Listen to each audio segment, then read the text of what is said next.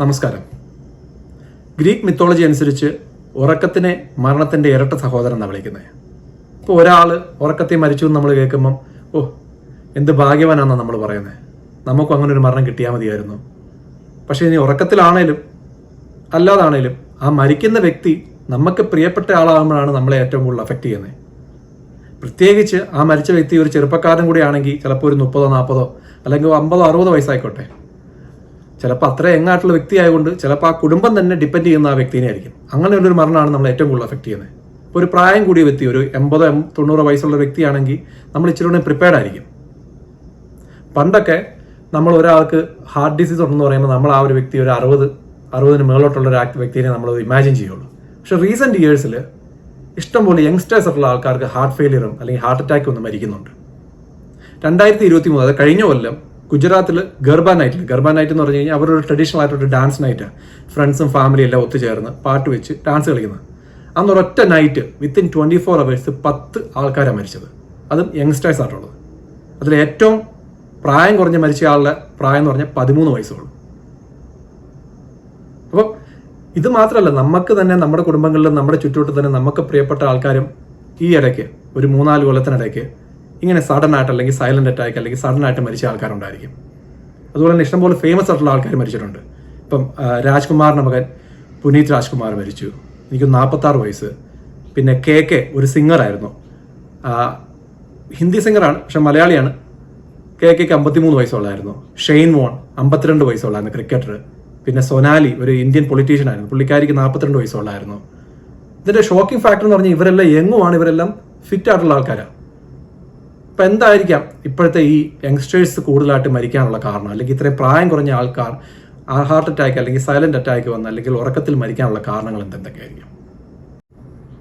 അപ്പോൾ ഇപ്പോഴത്തെ പഠനങ്ങൾ അനുസരിച്ച് 6 മെയിൻ കാര്യങ്ങളാണ് ഒരു ഹാർട്ട് ഫെയിലിയർ അല്ലെങ്കിൽ ഒരു ഹാർട്ട് അറ്റാക്ക് ഉണ്ടാകാനുള്ള കാരണങ്ങൾ.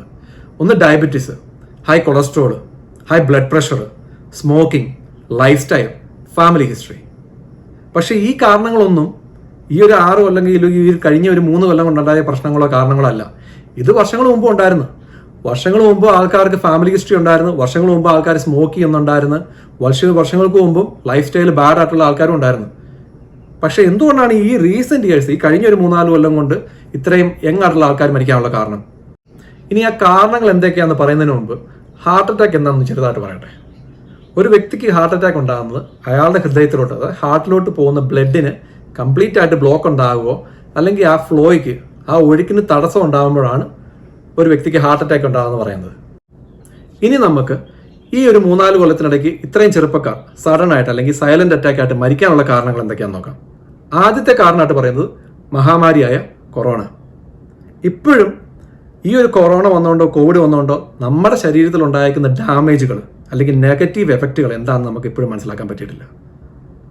എൻ്റെ ഒരു അഭിപ്രായത്തിൽ ഇനി ഒരു വർഷങ്ങൾ വേണ്ടി വരും ഇതിൻ്റെ ഒരു എഫക്റ്റ് എന്തൊക്കെയാണ്, നമ്മുടെ ശരീരത്തിൽ എങ്ങനെയാണ് ഇത് ബാധിച്ചിരിക്കുന്നത് മനസ്സിലാക്കാൻ.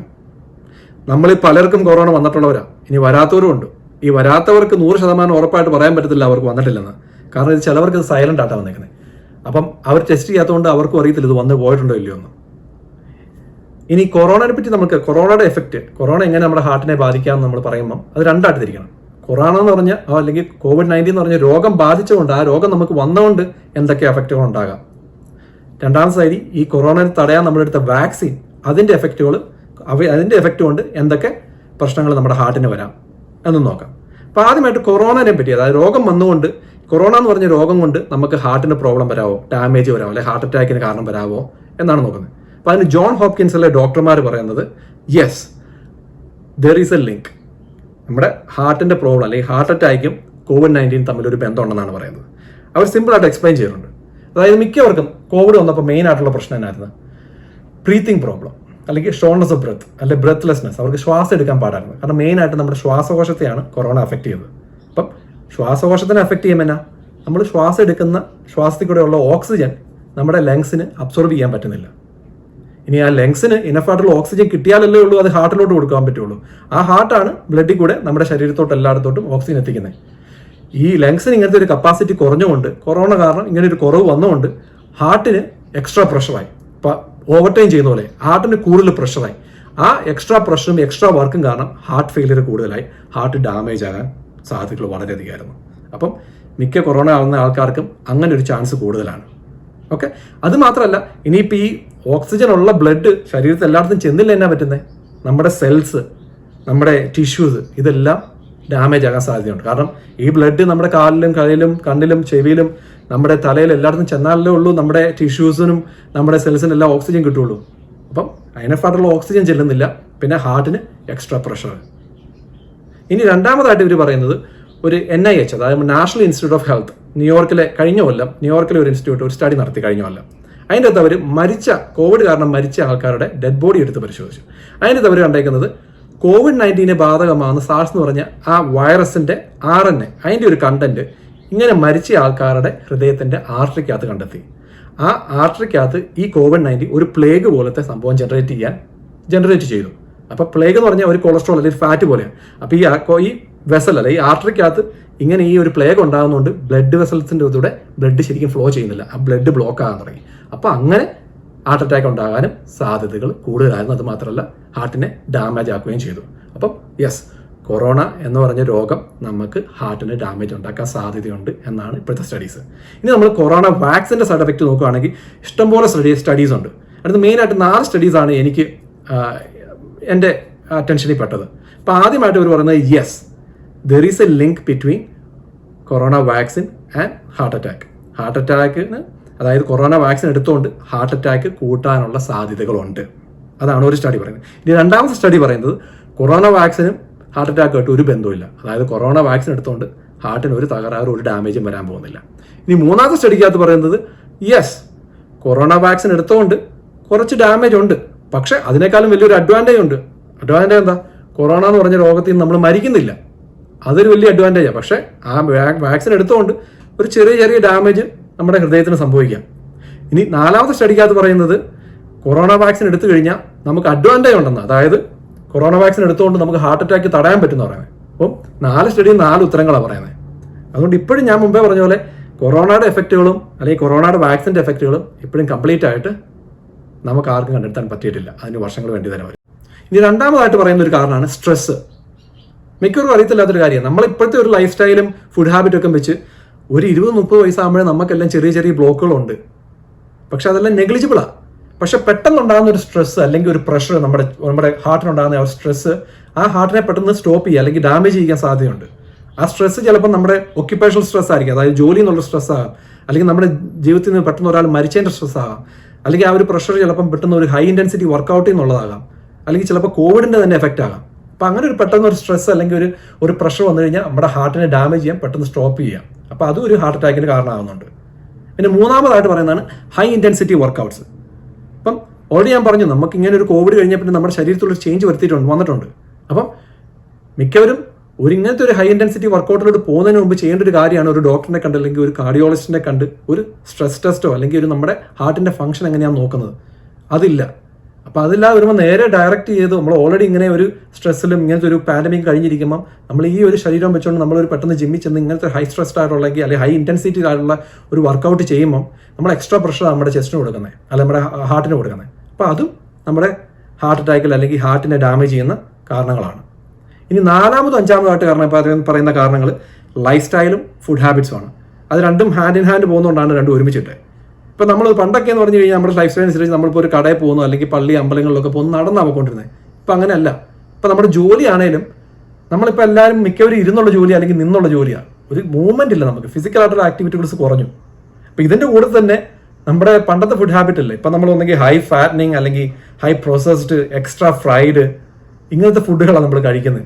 അതിൻ്റെ കൂടെ തന്നെ സ്മോക്കിങ്, പിന്നെ വേപ്പിങ്, പുതിയ തരത്തിലുള്ള സ്മോക്കിംഗ് ആണ്, പിന്നെ ഡ്രിങ്കിങ്, ഇതെല്ലാം കൂടെ ആകുമ്പോൾ ഓട്ടോമാറ്റിക്കായിട്ട് നമ്മുടെ ബ്ലഡ് പ്രഷർ കൂടുന്നു, കൊളസ്ട്രോൾ കൂടുന്നു, ഡയബറ്റീസ് കൂടുന്നു. സോ ഒബ്വിയസ്ലി നമ്മുടെ ഹാർട്ടിന് താങ്ങാതെ വരുന്നു. അപ്പോൾ ഹാർട്ട് നിൽക്കും അല്ലെങ്കിൽ നമുക്ക് അറ്റാക്ക് ഉണ്ടാകും. ഇനി എന്തുകൊണ്ടാണ് ഇന്ത്യൻസിന് കൂടുതലായിട്ട് ഹാർട്ട് അറ്റാക്ക് ഉണ്ടാകുന്നതെന്ന് നോക്കാം. അതിന് മെയിൻ റീസൺ നമ്മുടെ ജെനറ്റിക്സ് തന്നെയാണ്. ഇപ്പോൾ വെസ്റ്റേൺ കൺട്രിയിലുള്ള ഒരാളെ അപേക്ഷിച്ച് ഇന്ത്യൻസിന് ഹാർട്ട് അറ്റാക്ക് വരാനുള്ള സാധ്യതകൾ വളരെയധികം കൂടുതലാണ്. ഇപ്പോൾ സ്റ്റഡീസ് തന്നെ കാണിച്ചിട്ടുണ്ട്, നമ്മുടെ ബ്ലഡ് വെസൽസ്, നമ്മുടെ ആർട്ടറീസ്, അത് രക്തം ഒഴുകുന്ന കുഴലുകൾ വെസ്റ്റേൺ കൺട്രിയിലുള്ള ഒരാളെ അപേക്ഷിച്ച് നമ്മുടെ ചെറുതാണ്. അപ്പോൾ ബ്ലോക്ക് ആകാനുള്ള സാധ്യതകൾ കൂടുതലാണ്. അത് മാത്രമല്ല വെസ്റ്റേൺ കൺട്രിയിലുള്ള ഒരാളെ അപേക്ഷിച്ച് 10 വർഷം മുമ്പേ നമുക്ക് ഹാർട്ട് അറ്റാക്ക് വരാം. അതായത് ഞാനും ഇപ്പോൾ വെസ്റ്റേൺ കൺട്രിയിലുള്ള ഒരാൾ ഒരേ ഫുഡാണ് കഴിക്കുന്നെങ്കിൽ അയാൾക്ക് ഹാർട്ട് അറ്റാക്ക് വരുന്നതിന് 10 കൊല്ലം മുമ്പേ ഇന്ത്യയിലുള്ള നമുക്ക് ഹാർട്ട് അറ്റാക്ക് വരാനുള്ള സാധ്യതകൾ കൂടുതലാണ്. അതാണ് നമ്മുടെ ജെനറ്റിക്സ്. ഇനി രണ്ടാമതായിട്ട് പറയുന്നത്, നമുക്ക് ഇന്ത്യൻസിന് പ്രീമച്വർ ഡയബറ്റിക്സ് വരാനുള്ള സാധ്യതകളും വളരെയധികം കൂടുതലാണ്. ഡയബറ്റിക്സ് ആണല്ലോ one of the reason heart അറ്റാക്കിൻ്റെ. അതുകൊണ്ടാണ് ഇന്ത്യക്കാരെ അല്ലെ ഇന്ത്യനെ വേൾഡ്സ് ഡയബറ്റിക് ക്യാപിറ്റൽ എന്ന് പറയുന്നത്, അതായത് ലോകത്തിലെ ഡയബറ്റീസിൻ്റെ ക്യാപിറ്റൽ എന്ന് തന്നെ വിളിക്കുന്നത് ഇന്ത്യനെയാണ്. അപ്പോൾ ഈ 2 മെയിൻ കാര്യങ്ങളാണ് ഇന്ത്യൻസിന് കൂടുതലായിട്ടും ഹാർട്ട് അറ്റാക്ക് വരാനുള്ള കാര്യങ്ങൾ, അല്ലെങ്കിൽ ഹാർട്ടിന് പ്രോബ്ലം വരാനുള്ള കാര്യങ്ങൾ. ഇനി നമ്മൾക്ക് എന്ത് ചെയ്യാം? ഇങ്ങനെ ഒരു സഡൻ ഹാർട്ട് അറ്റാക്ക് അല്ലെങ്കിൽ സൈലന്റ് ഹാർട്ട് അറ്റാക്ക്, ഉറക്കത്തിലുള്ള മരണം, ഇത് പ്രിവെന്റ് ചെയ്യാൻ നമുക്ക് എന്ത് ചെയ്യാം, അല്ലെങ്കിൽ എന്തൊക്കെ പ്രിക്കോഷൻസ് ആണ് നമുക്ക് എടുക്കാൻ പറ്റുന്നത്, അത് നോക്കാം. ആദ്യമായിട്ട് തന്നെ കൊറോണ എന്ന് പറഞ്ഞ മഹാമാരി നമ്മുടെ എല്ലാം ശരീരത്ത് ചെറുതായിട്ടുള്ള ഡാമേജുകൾ വരുത്തിയിട്ടുണ്ടെന്നുള്ള ഫാക്ട് അത് നമ്മൾ ആക്സെപ്റ്റ് ചെയ്യണം. അതിപ്പോൾ ചെറുപ്പക്കാരനാണേലും വയസ്സായിട്ടുള്ളവരാണേലും പെണ്ണാണേലും ആണാണേലും നമ്മുടെ എല്ലാ ശരീരങ്ങളിൽ കൊറോണ കഴിഞ്ഞ് പല മാറ്റങ്ങൾ സംഭവിച്ചിട്ടുണ്ട്. അത് ആക്സെപ്റ്റ് ചെയ്യണം. രണ്ടാമതായിട്ട് ഡോക്ടറിൻ്റെ അടുത്തുള്ള റെഗുലർ ചെക്കപ്പ്. നമുക്കറിയാവുന്ന ആൾക്കാർ തന്നെ ഇങ്ങനെ ചെറുപ്പത്തിൽ ഹാർട്ട് അറ്റാക്ക് വന്ന് മരിച്ചിട്ടുണ്ട്. എന്നിട്ട് പോലും നമ്മൾ ആരും ഇതിലായിട്ടും ഡോക്ടറിൻ്റെ അടുത്ത് ചെന്നിട്ട് നമ്മുടെ ഹാർട്ടിൻ്റെ ഫംഗ്ഷനോ റെഗുലർ ചെക്കപ്പോ നടത്തിയിട്ടില്ല. ഒരു സ്ട്രെസ് ടെസ്റ്റോ നമ്മുടെ ഓവറോൾ ബോഡി ചെക്കപ്പ് നടത്തേണ്ടത് അത്യാവശ്യം തന്നെയാണ്. ഇനി മൂന്നാമതായിട്ട് ലിസൺ ടു യുവർ ബോഡി. ചില രോഗങ്ങൾ അല്ലെങ്കിൽ വലിയ കാര്യങ്ങൾ നമ്മുടെ ശരീരത്തിൽ സംഭവിക്കാൻ പോകുന്നത് നമ്മുടെ ശരീരം തന്നെ ചില സൈൻസ് തരും. ചിലപ്പോൾ നമ്മുടെ ഒരു സൈഡിലുള്ള പെയിൻ ആയിരിക്കും, ചില കയ്യിലുള്ള അവിടെയുള്ള പെയിൻ ആയിരിക്കാം, ചിലപ്പം ഫേസിൻ്റെ അവിടെയുള്ള പെയിൻ ആയിരിക്കാം, ചിലപ്പോൾ ഒരു നംനെസ് ആയിരിക്കാം, ചിലപ്പോൾ നമ്മുടെ ഹാർട്ടിൻ്റെ അവിടെയുള്ള ഒരു ഹെവിനെസ് ആയിരിക്കാം. ഇതെല്ലാം നമ്മുടെ ബോഡി തരുന്ന ഓരോ സയൻസാണ് എന്തെങ്കിലും ഒരു ഹാർട്ട് അറ്റാക്കിനുള്ള അല്ലെങ്കിൽ ഒരു പ്രശ്നത്തിലുള്ള ഒരു രോഗം വരുന്നതിനുള്ള ഒരു മുൻകരുതലാണ്. അത് മനസ്സിലാക്കി, അല്ലെങ്കിൽ നമ്മൾ ചെറുപ്പക്കാരാണ് നമുക്കൊന്നും സംഭവിക്കാൻ പോകുന്നില്ല എന്ന് പറഞ്ഞ് വീട്ടിൽ ഇരുന്നിട്ട് കാര്യമില്ല. ഡോക്ടറിനെ കാണേണ്ടതാണ്, കണ്ടേ പറ്റുള്ളൂ. So start listening to your body. നാലാമത്തെന്ന് പറഞ്ഞു കഴിഞ്ഞാൽ ഫിക്സ് യുവർ ഡയറ്റ്. പണ്ടത്തെ കൂട്ട് എക്സ്ട്രീം ആയിട്ടുള്ള പ്രോട്ടീൻ ഡയറ്റോ അല്ലെങ്കിൽ ഫാറ്റ് ഡയറ്റോ അല്ലെങ്കിൽ എക്സ്ട്രീം ആയിട്ടുള്ള പ്രോസസ് ഫുഡോ സ്മോക്കിങ് ഡ്രിങ്കിങ് അതെല്ലാം കുറയ്ക്കുക. പണ്ടത്തെ കൂടെ കീപ്പ് ഇറ്റ് സിമ്പിൾ. നമ്മുടെ ഡയറ്റ് എന്ന് പറഞ്ഞാൽ നമ്മൾ പണ്ട് പറഞ്ഞാൽ സമ്പൂർണ്ണ ആഹാരം, അത് ധാരാളം മതി. പിന്നെ ഇപ്പോഴത്തെ ഞാനൊരു സ്റ്റഡിക്കകത്ത് കണ്ടതാണ്, എക്സസീവ് ആണ്, നമ്മൾ എക്സ്ട്രീം ആയിട്ട് നല്ലപോലെ വയറ് നിറച്ച് വൈകിട്ട് പെട്ടെന്ന് കിടന്ന് ഉറങ്ങുന്നത്, അത് ഒഴിവാക്കുക. ഇനി അഞ്ചാമതായിട്ട് ഉറക്കം. നമ്മുടെ ശരീരത്തിന് പറ്റുന്ന ഡാമേജുകളും മുറിവുകളും ഓരോ കേടുപാടുകളൊക്കെ നമ്മൾ ഫിക്സ് ചെയ്യുന്നത്, നമ്മുടെ ശരീരം തന്നെ ഫിക്സ് ചെയ്യുന്ന ഉറങ്ങുമ്പോഴാണ് ആ ഒരു റീജനറേഷൻ നടക്കുന്നത്. അത് നമ്മളൊരു മേക്ക് ഷുവർ ചെയ്യണം, അറ്റ്ലീസ്റ്റ് ഒരു 7 to 8 hours നിങ്ങൾ സ്ലീപ്പ് കിട്ടും, ഒരു ഉറക്കം കിട്ടാൻ വേണ്ടി. അത് വളരെയധികം ഇമ്പോർട്ടൻ്റ് ആണ്. ഇനി അവസാനമായിട്ട് താൻ പാതി ദൈവം പാതി എന്ന് പറഞ്ഞാൽ നമ്മൾ ചെയ്യാനുള്ളത് ചെയ്യുക, സമയം കഴിഞ്ഞാൽ പോയേ പറ്റുള്ളൂ. ഓക്കെ, എനിവേ ഈ ഇൻഫർമേഷൻസ് നിങ്ങൾക്ക് ഉപകാരപ്പെട്ടെന്ന് തോന്നുവാണെങ്കിൽ മറ്റുള്ളവർക്കും ഷെയർ ചെയ്ത് കൊടുക്കുക. ഒരാൾക്കെങ്കിലും ഉപകാരപ്പെടട്ടെ എന്ന് വിചാരിക്കുന്നു. Thank you.